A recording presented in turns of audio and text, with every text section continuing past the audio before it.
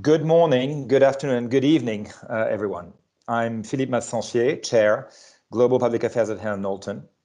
A warm welcome to all of you. You join us today for a conversation about China's recently released 14th five-year plan. China's 2021-2025 plan was approved at the National People's Congress at the two sessions in Beijing earlier this month. This national plan signals the direction of China's economic development and provides important indicators for the country's approach to economic growth, technology, energy, climate, amongst others. Some have argued that the latest plan lacked ambition, with the air of striving for sky-high growth rates clearly over, and attention shifting to debt reduction and structural reforms. Others, on the other hand, highlight a very clear roadmap to China's leadership in critical sectors, as well as to displacing the United States as the world's largest economy. We have a remarkable panel with us today to help us understand the importance and relevance of this five-year plan, as well as to discuss what it will take to achieve the objectives set in it. We are joined by Dr. Wei-Yao Wang, who has a very distinguished career spanning academia, think tanks, as well as national and international government bodies, having served at the then Ministry of Foreign Trade and Economic Cooperation, MOFTEC, as well as the UN International Organization on Migration, for instance. Dr. Wang is the founder and president of the Center for China and Globalization, China's leading non-government think tank. He was appointed by Chinese Premier Li Keqiang as counselor to the State Council in 2015 and is also vice chairman of the China Association for International Economic Cooperation under the Ministry of Commerce. Dr. Iris Pang is an economist by training, having earned her PhD from the University of Hong Kong. She is currently chief economist for Greater China at ING Bank, where she is responsible for research on the macroeconomic and industry trends in mainland China, Hong Kong, and Taiwan. Before joining ING in 2017, Dr. Pang held a similar position at Natixis, and prior to that, she was with OCBC Winghang Bank in a similar role for almost a decade. She's often interviewed by media and invited to contribute regular commentary. Mr. Xu Jun, China CEO of Hill+Knowlton Strategies, has over 28 years of accumulative experiences in corporate and strategic communications, both on the in-house and agency sides. Prior to joining Hill+Knowlton, Mr. Xu led the operations and strategic development of MSL, the public relations arm of Publicis Group, in the Chinese mainland, Hong Kong, and Taiwan, having come to MSL from Unilever, where he was vice president of sustainable business and communication for North Asia.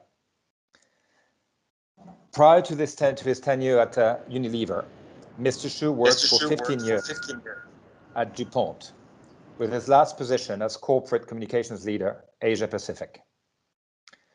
Finally, a little housekeeping before turning to our panelists. We're recording the session, so it will be available to colleagues after this. We will first have a roundtable discussion among our panelists for about 30 minutes, 25-30 minutes, before opening the floor to questions. I will ask you to share those questions using the chat function, and I will relay them to our guests. I will also ask you to remain on mute and turn off your cameras for bandwidth reason, if you could, during the event. But without further ado, let's go to Dr. Wang. Dr. Wang, why is this 14th plan different from previous ones? And what do you see as critical in the direction it aims to put China on over the next 5 years? Okay, great. Thank you, Philip, and good evening, good morning, and all the colleagues and friends at this event. I'm very pleased to join this event and like to share some of my observation and my analysis, of course. I think the 14th five-year plan is really a landmark plan. Basically, carries a huge transition. For example, we have seen, China just this year has announced that they have, finished the first centennial objective, basically, to build a well-to-do, prosperous society by 2020. President Xi announced that just recently that they have lifted 800 million people out of poverty, that they have reached the first centennial goal. And Dr. Pang Aris, I wanted to ask you, with the dual circulation strategy that Dr. Wang just talked about, Beijing is saying that it wants China's future growth to be solidly based on domestic cycles of production, if I understood well, consumption and distribution of goods and services. What about the country's role as the world's workshop? Is China turning its back on the outside world? I think you're on mute still. Sorry. Sorry. So stupid still on mute every time in the webinar. So I would say that actually, if I read correctly, the 14th five-year plan, it is about dual circulation. So domestic circulation, internal circulation, and external circulation. So put simply, because I don't want to use these jargons, it seems really robotic. So I will simply put it domestic demand and external demand. So what China really saying is that it doesn't want to purely depend on external demand anymore. So in the past, about 20 to 30 years, we have seen China as the world's factory. We can put it that way. No matter what you buy, except for the past 5 years, no matter what you bought in the market, you probably a high chance that you have a made in China label, and that's no longer the case over the past 5 years. Sometimes you see made in Bangladesh, sometimes you see made in Vietnam, sometimes you see made in Romania. So China have shifted some of the factories out of China. They use policies like land preferential policies for electronics, for technology, so that higher value add factories are now having most of the factory lands in China. And for example, garments is actually fewer and fewer in China because of the anti-pollution policy, because in terms of garments, you involve a lot of color dyeing, which is really pollutive, and therefore it is actually not cost efficient for companies to stay in China anymore. And we have also see some small consumer goods, for example, especially plastic consumer goods. They are also moving out of China into like Bangladesh and Vietnam. So these low value add factories and productions, they are moving out of China. So you can see that it is almost a repeated story of Hong Kong, Japan, Taiwan, South Korea. We have all gone through this cycle. So now China is going through this cycle. And this also means that having more lands for other things, not lower value add factories, it means that there will be more services. For example, more financial services. In the past 5 years, we have a more complete financial service offered by banks in China, not just mainland banks, but also foreign banks in China. It is more complete. We have more derivatives, more deeper depth government bond market, which is very important for foreign investors investing in China. They usually start with sovereign bonds because of the low risk nature. And now I think that China is also moving to other services sector like tourism. So local tourism is one support growth engine during COVID, because there is no international travels in and out of China. And the other thing is real estate developers. There are many tall buildings, high, really skyrocket buildings in China. And now we are having more and more of that. But of course, we are also having deleveraging reform on real estate because of the high debt levels. So you can see that China is trying to balance domestic demand and external demand. And what kind of activities? Low-level activities, middle-level activities, high-level of activities to happen in China, to shape the future of China. And therefore, I agree very much with Dr. Wang. Technology self-sufficiency is what the main mission in the 14th Five-Year Plan, given nowadays the technology war with US and US allies faced by China. Chinese companies, if they want to buy or sell, even buy technologies from the companies in the US entity list, they can be US companies, they can be Japanese companies. If they have footprints in US, they can't buy and sell with Chinese companies with this tax. So tax becomes really, really important because China knows that they are now in the low tech level in terms of semiconductor chips, which is the brain of every technology. So now they are investing a lot, at least 10% growth in technology R&D investment for the coming years. And so, Iris, if I hear you well, you're saying that it is a balanced approach, and there is not one or the other, but China really wants to focus on both, but also getting the internal market engine firing. Is that correct? Yes, you got it. Yeah. So, June, I'm going to turn to you, and perhaps looking at it from maybe from a business strategy point of view, how important is it, in your view, for companies to demonstrate synergies with this 14th Five-Year Plan in terms of their business strategy and their communications endeavors? Okay, thank you, Philip. China are now embarking on a new era of development. I believe companies need to have a more proactive, forward-looking approach towards the Five-Year Plan. It will be critical to first map out the major opportunities facing the company and also the risks as well. So have to adjust and think first and then adjust any operational and communication strategies accordingly.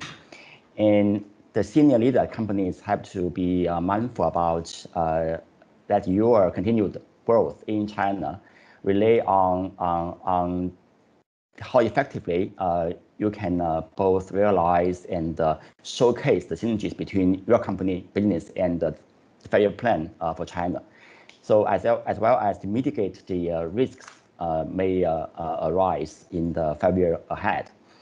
And looking ahead, I believe the coming months will be witness more and more hundreds of the supporting plans by the China's central government, provinces, and industrial associations really to interpret the 5-year plan and break down to actions moving forward.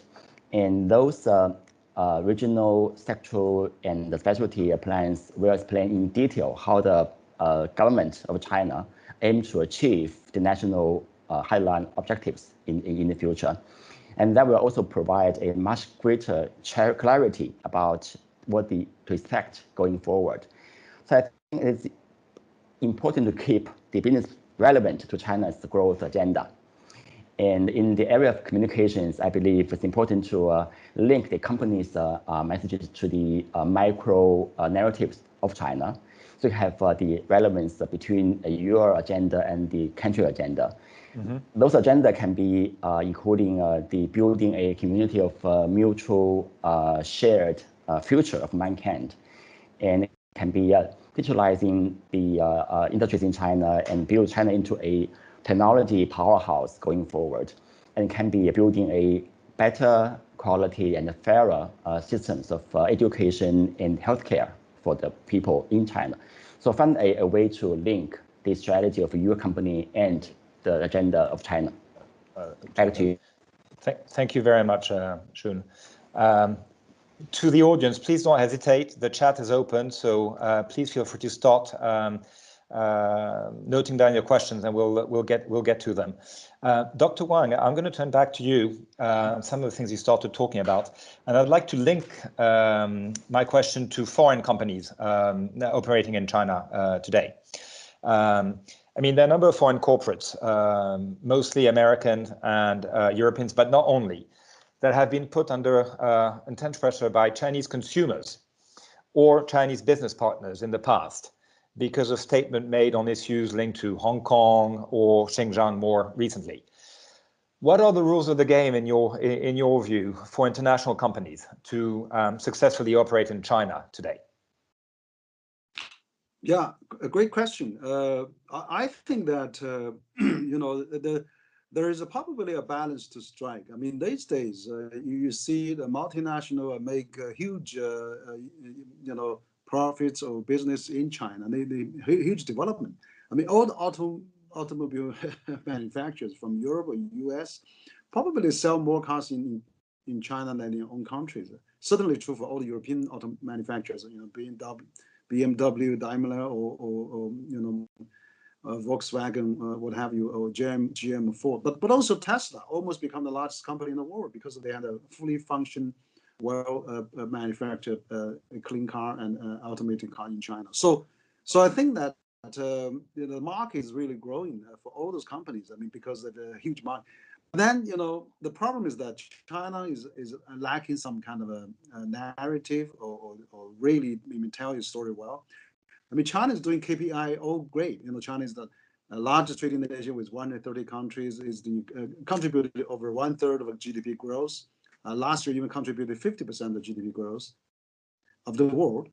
But then, you know, they got very bad names on the issue they handle. For example, lift 800 million people out of poverty. That's probably the biggest human rights achievement they ever had. But then somehow, you know, they've been attacked on Xinjiang and Hong Kong. Where Hong Kong now, you know, I mean, we see it's back to normal in many ways. Business is stable, market is coming up and stabilized. People feel safe now to go around. And in Xinjiang, I mean, they talk about the forced labor, but 70% of cotton, you know, picked by machines, maybe forced machines on that. So I can understand the multinational has the pressure to have their own country, media pressure, you know, politicians, the parliaments, you know, question them. So they have to really, you know, strike a balance and have a very tight rope to to step on. So what I would advise is that to not really make all those statements easily, you know, based if they're pressured by local politicians or legal media. But then, you know, and also you see, but actually they are paying more price for that. For example, H&R, they issue a statement today, say, oh, look, I mean, we always, you know, pay much attention to China. It's a great market. We always respect the local conditions. So they have to really have a lot of PR exercise to recover that. But even this BCI, whatever, cotton rating association based in Switzerland, has to issue a statement say, look, we haven't found any single case of forced labor in Xinjiang. In our 10 years history, we do the evaluation here. So if say something like now, why say something in the past? So I think, you know, it's sometimes I think the multinational, they have a PR working in the head office. They have a PR working in China. They should really coordinate it. I mean, sometimes the PR in the head office say, okay, look, I mean, there's a testimony on Xinjiang. We have so many incidents. You know, there's 100 million Uyghurs locked up, 200 million Uyghurs locked up, even 300 million Uyghurs locked up. We have to say something. But where is that substantial? Where is that data comes from? Where is that number first come from? 1 million, 2 million, 3 million. There's only about 10, 12 million Uyghurs totally. It's impossible to lock up 3 million Uyghurs there.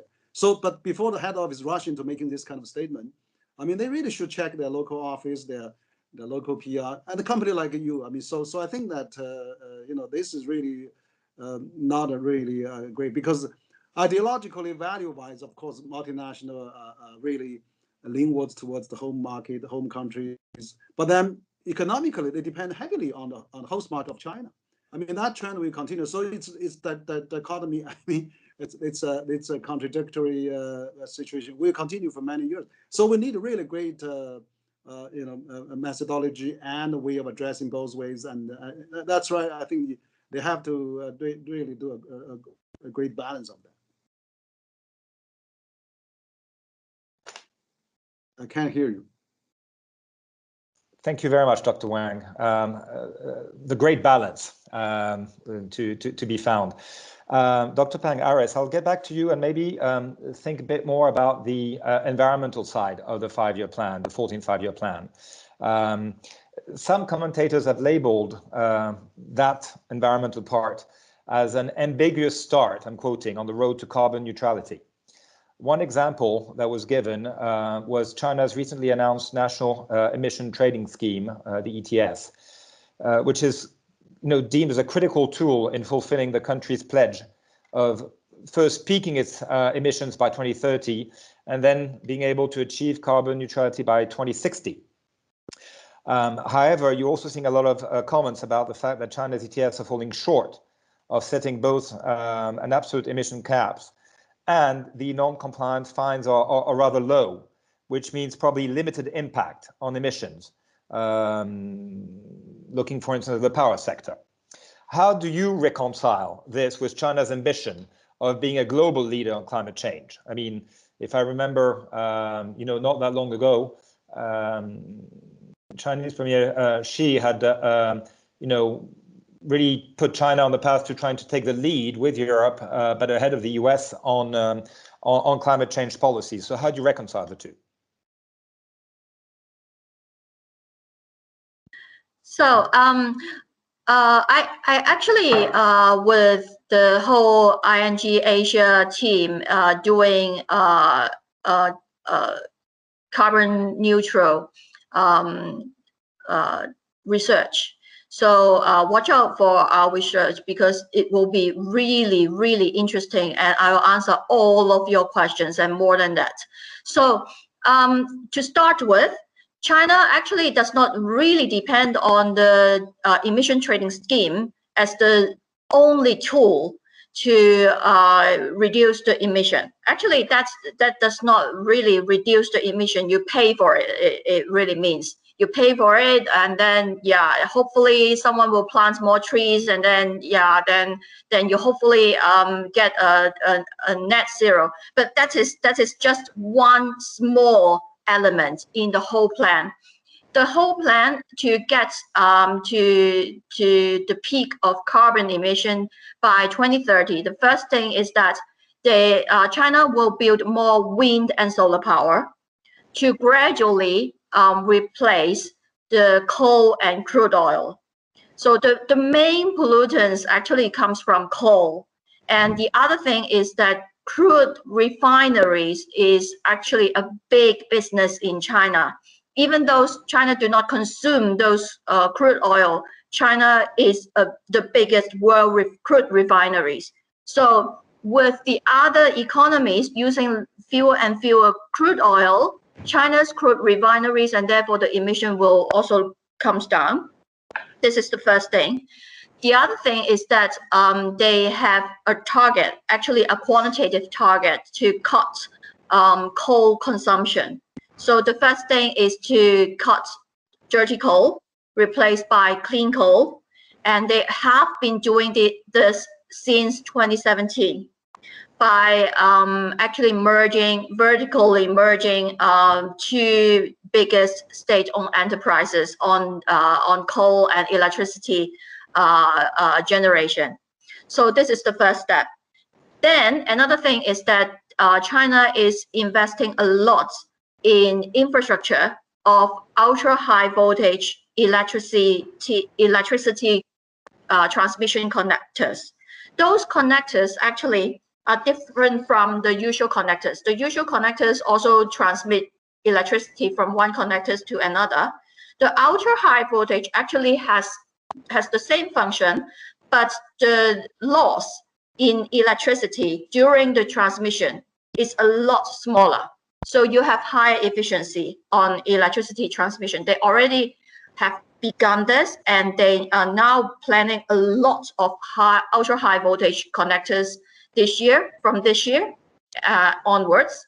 And then the other thing is that there will be from three categories of carbon emissions: industry, transport, and buildings. Buildings are already quite environmental friendly in China because the technology of building in China is actually quite developed, I would say, because there are so many buildings in China.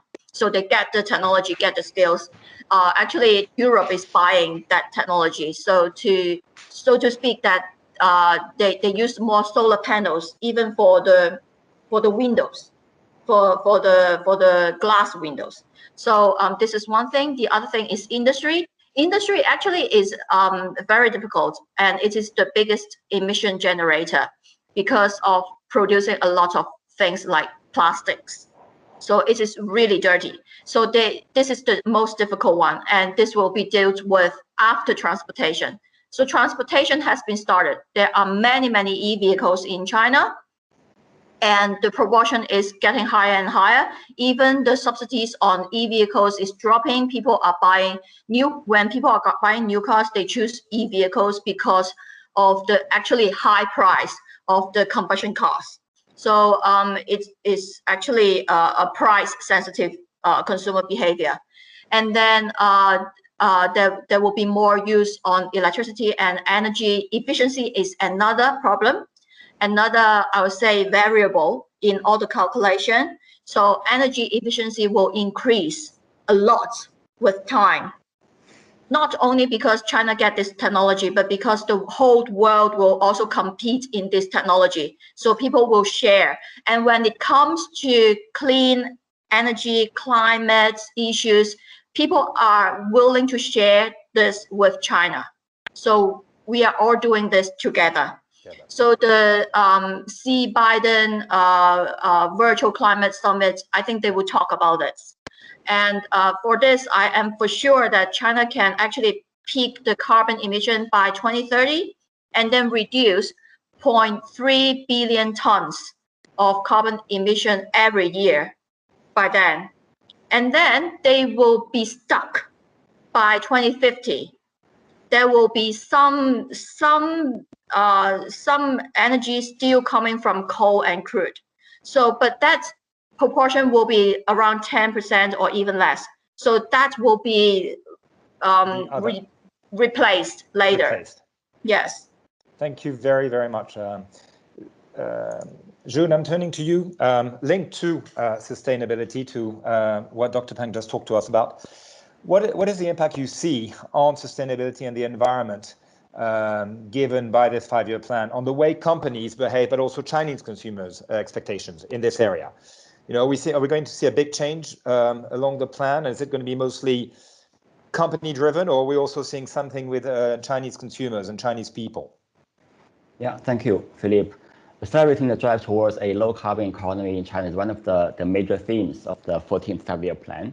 In the plan, China sets targets for energy consumption versus GDP to decrease 13.5% and CO2 versus GDP to decrease 18% on the basis of 15% and 18% decrease achieved in the last 5-year plan. To bring the targets to life, I believe the regulations, audits, and will be arranged, will arrive to guide and push businesses to really behave and achieve the targets for their own sectors. And therefore, companies have to have the strategy and the governance in place to ensure compliance, and then while achieving their own targets and goals. And I mentioned one thing to highlight here is the millennials in China are now different from their parents or grandparents in the past. They are the first consumer generation in China who has personal beliefs or values that are more similar to their counterparts in other parts of the world. And they care about the motherland, the Mother Earth, and want to do something good for her. And they already have become the mainstream of purchasing powers. So their value set has a role to play in making decisions to buy something or not buy something. And the younger generation, post the millennials, are even have a more stronger personal values or beliefs. So in reality, the consumer in China, they outcry for CSR or sustainability because they are facing serious issues challenging their physical survival. For example, the air and water quality on the decline and the food source are contaminated somewhere in the country. So under such a situation, consumers request businesses to be transparent and do the right thing for the society and for the bigger good. And so pursuing the sustainability is about building the consumer trust over time by becoming more transparent and letting the consumers to enter your organization's sourcing, production, ingredient selection, and waste management processes in your own company. So I think the sustainable business growth is a consumer-driven one. So things are moving into that direction. Research shows that 54% of consumers want to buy something green, and 1/3 of them already are doing so. And one figure in China in particular tells about 50%, 50, of Chinese consumers is willing to pay a reasonable premium for sustainable products. Yeah. So this is a sizable and a mainstream market opportunity for companies. So I believe we should have a strategy in place to make sure our brands are at the forefront of it. That's my point, Philip. Jun, I think this is really interesting because you're making also a bridge to things which are happening outside of China and a real parallel between the behavior of millennials, for instance, inside and outside of China. We will just open the floor to questions, and I have already a few. So please keep on asking. But I've got a few coming in. So Dr. Wang, I'm going to start with you because your last response led to a number of questions. So let me start with this one. Okay, I understand that maybe certain topics are sensitive or difficult for corporate activism in China. If we're looking, for instance, that we were talking about Uyghurs. How ready would the Chinese government and the Chinese people for brands to take on an activist role on issues such as the environment or energy efficiency? Something which is very much in line with this 5-year plan. Would it be considered appropriate or something that corporation should put themselves forward in terms of trying to help move the ball forward on achieving these environmental goals, or is it something that they need to sit back and wait for the government to lead? Well, no, I think that the 14th 5-year plan actually outlined quite a lot of very tough standard or outlines for the future development. I mean, look at China. I mean, when government is really determined, and then when they have all the right information, they have such effectiveness in doing things. For example, I mean, smoke was plagued Beijing 5 years ago. Now they don't have much smoke because they shut down all the thermal plants around Beijing now. And so also the government, President Xi was saying, green water, blue mountains, gold mountains, gold waters on that. Look, I mean, all the multinationals. I mean, Tesla basically they come to China is for the clean energy vehicles. I mean, they sell like hot potatoes here. And then if you are in Beijing, you see a lot of green plates. Basically, it means energy efficient car. And also wind, wind power. China is already the largest wind power producers. And also solar panel. China is the largest. So if you talk about clean, sustainable, environment-friendly products, China is already in many categories already take a lead on that. So certainly, I'm sure it will be welcome because the government now encourage that and really. I just had a dialogue with Thomas Friedman, all of us over an hour and a half. He basically was saying, there's so many buildings, there's so many energy waste in Chinese infrastructure. For example, in the urbanization of all those big houses and all those high skyscrapers. So it'd be a great opportunity for all the companies to come in and then have a high standards of environment and sustainable development. That would be really hugely welcome in China. Thank you very much. Iris, I'm going to turn to you, but looking from an inside-out perspective. Question I'm getting, if economic balance, so internal, external, is the operative approach, what can we expect to see in terms of foreign investment by Chinese private companies? Going out of China, what is the focus? Okay, so for this one, we have to be very careful because if you still remember around 2018, 2020, around this time, actually there are some very big China conglomerates that invested a lot in overseas, being stopped by the central government to invest further, and being actually regulated by the Chinese government to divest their investments in overseas. Those actually are related mostly to entertainment sectors and tourism sectors. For example, football club, the famous one. The other are hotel chains, if you still remember. And actually, so people always ask me, is this actually sector related or is this something else? I would say that it is both. It is sector related. The first thing is that I think not many governments would like their companies to raise debts, a lot of debts to invest in football club, right? So this is not something really, I will not say that it is not eligible, but this is not really something good and positive. The other thing is that raising debts. Are these overseas investments capital comes mainly from debts raised by those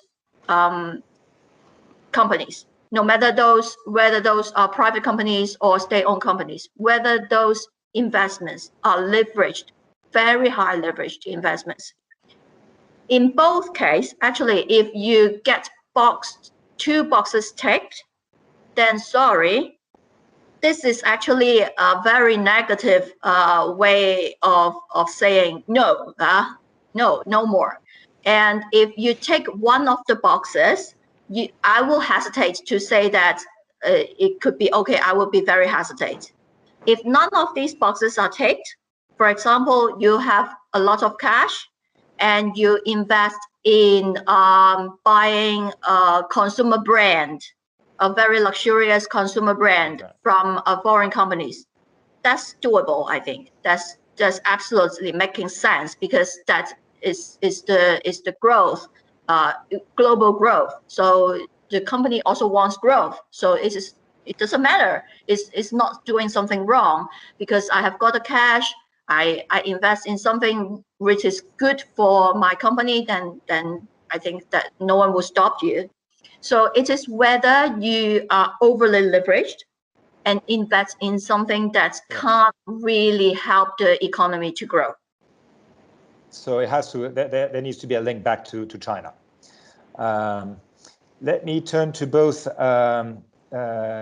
June and you, Dr. Wang, for the next question, and please keep sending him my way.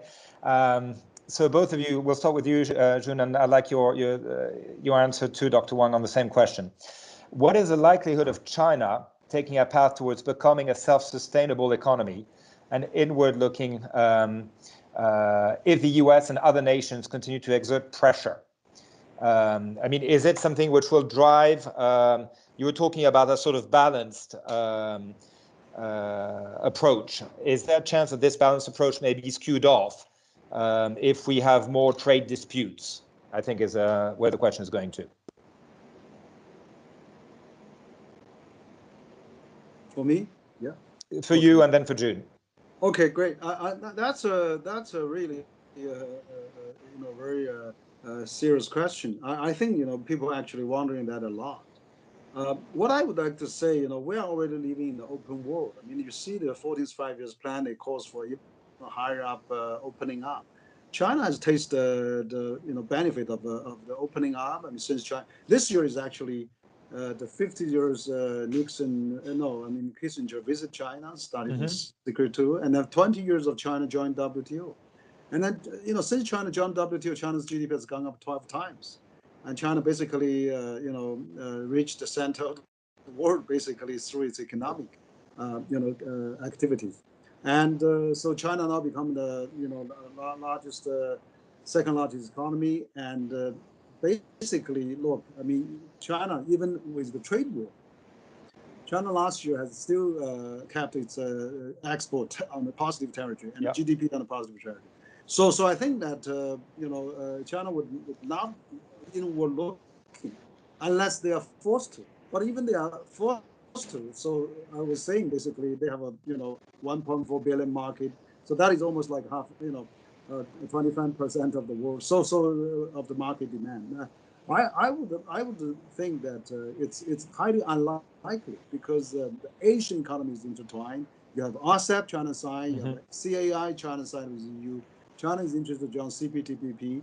So China is really seeking this high opening up arrangement. But if they are forced to, I think it's only going to decouple. Then all the company will lose the business, and then it's going to be devastating to the world economy if China is no longer provide all this good business for them. So I don't think people rationally will do that. So that's why I think there's a responsibility for all the companies, the business community, to really now stand up and do something. Otherwise, I would say this politician, because the more they preach decouple, the more get elected. It's really wrong. Every country should set its own KPI and does it better on its own. So I think President Biden is doing the right thing, investing in the U.S. economy, infrastructure, talents, all those manufacturing, so that every country compete peacefully, and then we have a benefit, interdependent competitive advantage of all of us. Economy, yeah. June, anything you want to add to this? Yeah, Mr. Wang's on the point. I think China is aiming to be a self-reliable economy, but also a part of the world as a whole. So it's between the self-reliable and also the integrated player globally. I read a report issued last month. It's by the KPMG on how the German companies they see their future in China in terms of investment operation in China. There are quite some interesting figures. One is 72% of responding companies indicate they have the plan to increase investment in China, and which is higher than the number came out of the 2019 survey. And then the new investment will be focused on 3 areas to capture growth potential in China. Namely, one is the China's rapidly growing domestic market. 2 is the participating into China's innovation strives and the digital technology development in China. So it is worthwhile noting that 70% of survey companies, they commented they have not encountered any investment restrictions in China, doing business in China in these years. And the same number came out of the survey in 2019 was about 40%, 40. So you can see a 50% increment among the German companies operating here in locally. So to mitigate the political risk associated with the potential decoupling of science and technology between US and China, and the German companies, they are taking efforts to enhancing the localization in China, particularly in the fields of R&D and supply chain to manage any potential cost rise because of decoupling practice by the 2 countries. So as Dr. Wang mentioned, we all have a role to play in mitigating the risk. Very appreciative of your answer, June. Thanks very much. Dr. Pang, I'm going to turn back to you with you were the one talking about some of the rural challenges, in your opening statement. I have a question about that exactly. How does China plan to educate its rural communities to produce and consume these higher value products and services for domestic growth? So how do you basically tie, the domestic production to also the education and development of the rural communities? First of all, in China, every year we have around 7 million fresh graduates. So this is actually a very good source of talents every year. And they comes from every part of China, rural, urbans. So they are actually the main talents. And the existing pool, actually, in China, it is I'm not sure about other countries, but in China, because of the very big geography. Most of the migrant workers, which means they were born in the rural side, they work in the urban when since they are teenage, if they didn't go to university. Then they learn the skills in the factories or in the shops if they are in the service sectors. And they have continuous learning. And also, China has many industrial robots in the factories. So they are programmed by the university graduates. So you don't really need to worry about this kind of issues. There is no issue at all existing of this kind, because first, there are many industrial robots in the factories. Secondly, there is a bunch of fresh graduates every year. Thirdly, those migrant workers, they are not really uneducated. They are literate. They can read and write. So they are actually learning, even though they start with a very simple job in the production line. So, and they produce, and this population as general, they produce apps in smartphones for the general public. Even though you are not really talented, you can use you can use WeChat, you can use Alibaba, you can use Taobao, the online shopping. You can use the social media things. So it is actually something that you don't really need to educate people how to use the smartphone. They just use it as the way they want it, and the apps are so simple to use. So in nowadays, it is even more convenience than the past. For example, one smartphone companies that also produce consumer electronic appliances, it's famous for linking the smartphone with those electronic appliances. And then you just talk to your smartphone, then you are talking to the fan, then you are talking to everything that at home, and they will just work for you. So things are really convenient. And I'm thinking that maybe people really don't understand China because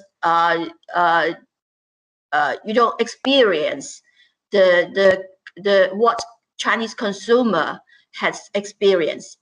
So I really appreciate if you can actually watch China TV drama, or have some Chinese apps in your smartphones. Use them if you know Chinese. Try to have a closer connection. Otherwise, it will be really talking like movie episodes, something like that, that you really can't understand. So I will start with China TV. That is really a good start. I also start with that when I was small. I was born in Hong Kong.